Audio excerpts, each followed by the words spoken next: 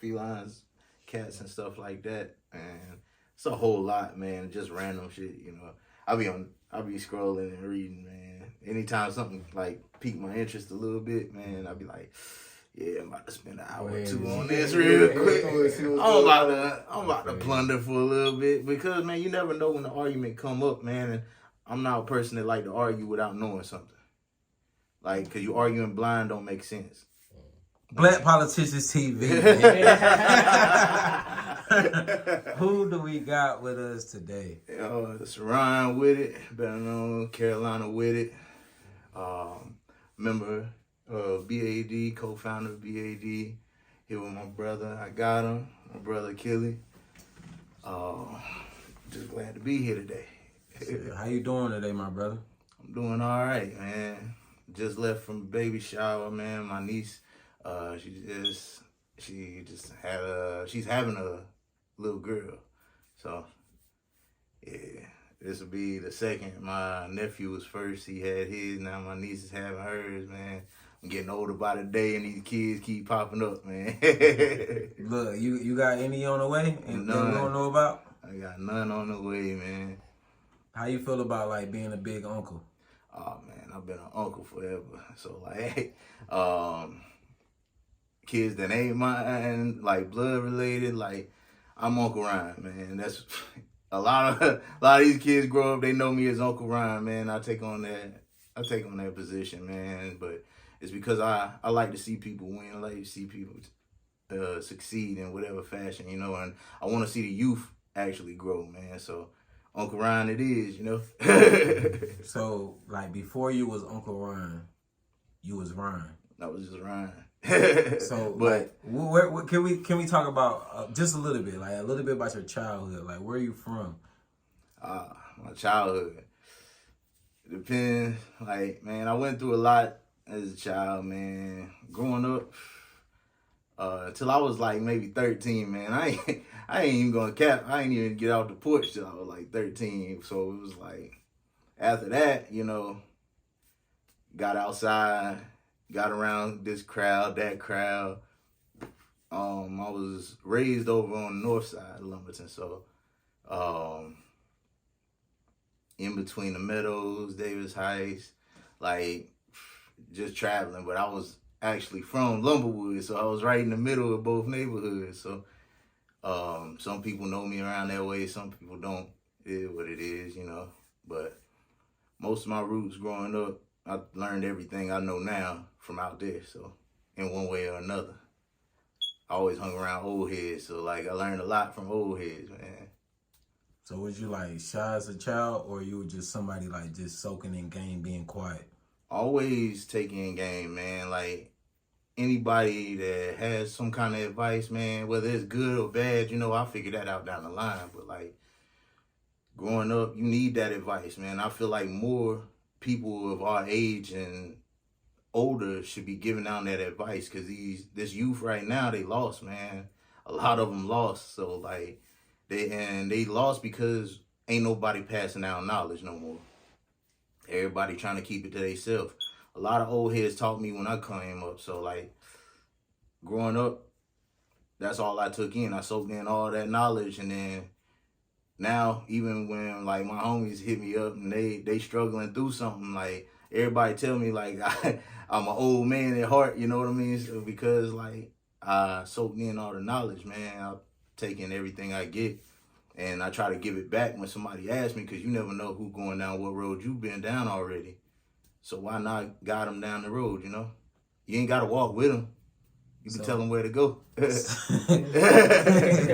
Tell me where to go. So look, you like E40?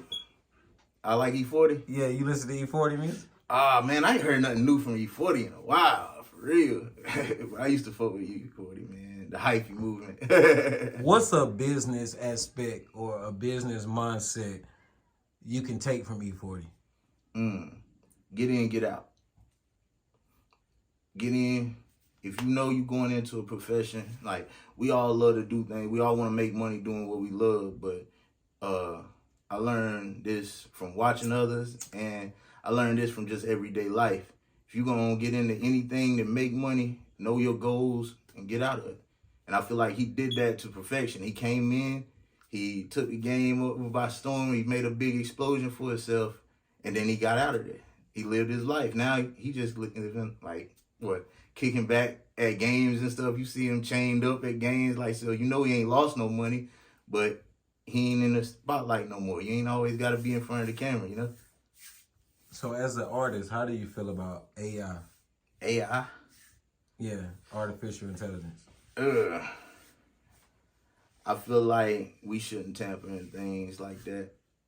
I mean, to be honest with you, you try to play God long enough, it's going to come back to bite you. And I feel like that's what we're trying to do with this whole AI thing. Like, you got systems that are learning. And if a system can learn, what's to stop it from acting out on its own? What's to stop it from taking over? So are we saying that technology is being defiant from God? Yeah, I feel like it is personally. Like, technology and like religion, I try not to mix them, man. But like, the thing is, one without the other just start not to make sense. But when one tries to take over the other, it never balances. I feel like learning technology is the same thing with learning information. We all bound to learn information. But like what we do with that information, you know, is how it reflects on us. And to me personally, like, you look at the AI, you look at all the things they're building now, and then how they're trying to move forward with that. Now you got restaurants. You ain't even got a employee in these restaurants and shit now. You got like 2 people working in a restaurant, nothing but computers and stuff. Everybody say, oh, that's more reliant, that's more accountable or whatnot. But who's to say they don't get it wrong? So you don't believe in technology? I believe in it, but I also believe in staying in the lane.